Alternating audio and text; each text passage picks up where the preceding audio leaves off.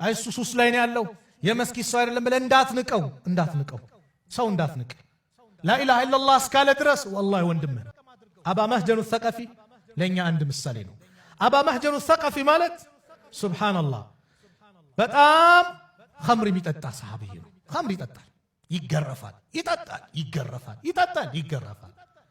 ልክ የቃዲስያ ጦርነት ላይ ሳዕድ ብን አቢ ወቃስ እግራቸው ቆስሎ የሆነች ከፍታ ላይ ነበር ጦርነቱ የሚከታተሉትና አባ መህጀን ትንሽ ነቃ እንዲያደርገኛልና ጦርነቱ ሊጀመር ሲል ወሰደ።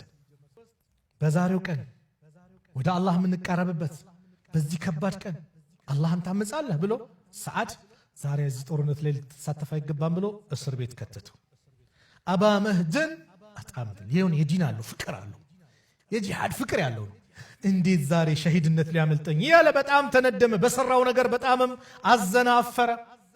የሰዓድ ሚስት ነይና ፍቺኝ፣ እንደው ድል ካገኘን ድሉ የአላህ ነው፣ እጄን አምጥቼ ሰጥሻለሁ፣ ታስርኛለሽ፣ ከሞትኩኝ ደግሞ ትገላገሉኛላችሁ። በቃ እየጠጣ የሚያስቸግራቸው ይኖርም። አይ የባለቤቴን ትእዛዝ አልጥስም አለች። ከዛ በኋላ ግጥም እየገጠመ ስለ ሁኔታው እያዘነ ሲል አንዳንድ ዘገባ ላይ እስቲኻራ ሰገደች ይባላል። የሰዓድ ኢብኑ አቢ ወቃስ ሚስት ልፍተው ከዛ በኋላ ፈታችው። የሰዓድን ሰይፍ ሰጠችው፣ የሰዓድን ፈረስ ሰጠችው። ፊቱን ሸፈን አደረገና ሙስሊሙ እየተጠቃ ነበር። ከኋላ መጥቶ ድብልቅልቃቸውን አወጣ። ደረማመሳቸው። የአላህ ጀግና ባሪያ ሰዓድ እንዳልኳችሁ እግራቸው ተጎድተው ርቀት ላይ ነው ያሉት። የአላህ ጀግና ባሪያ ማን ነው? አባ መህጀን ነው እንዳልል አስሬዋለሁ። ያውቁታል ጀግንነቱ። ፈረሴም ደግሞ በልቃ የምትባል ፈረስ አለችው። እሷ ናት እንዳልል እሷንም እዛ ትቻት ነው የመጣው። ማን ነው የጀግና ብሎ ተገረመ። ድሉ ለሙስሊሙ ሆነ። አባ መህጀን መጥቶ እጁን ሰጠ፣ ታሰረ። ከዛ በኋላ ስለ ሁኔታው ሲጠየቅ እንዴት ነበር ሲባል አንዴ አላህ ጀግና አላህ ልኮልን እንደዚህ ሲሉ ሰዓድ እሱ እኮ ነው ራሱ አለችው። ሰዓድ አለቀሱ በጣም ስለ ሁኔታው።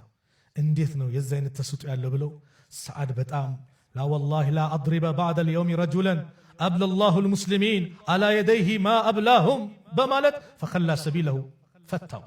የዚህ ጊዜ አባ መህጀን ምን አለ? እኔ እኮ ስጠጣ ሐድ በኔ ላይ ይትፈረድ ማለት እገረፍ ነበረ፣ ቅጣት ይመጣ ነበር። እናንተ ደግሞ አንገርፍም ካላችሁኝ ቅጣቱ ሊሆነው አኼራ ላይ ሊሆን ነው። የአኼራን ቅጣት ደግሞ አልችልም። እኔም ከዛሬ ጀምሮ ምን አልጠጣም? ኸምር አልጠጣም። እችን ምሳሌ ያመጣሁት ምንድን ነው? በሆነ መንገድ የተፈተንክ ወንድሜ ወደ አላህ ተመለስ።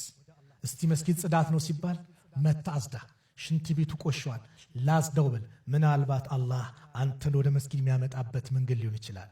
ሂጃብ ያወለቅሽ እህቴ በተለያየ ነገር የተፈተንሽ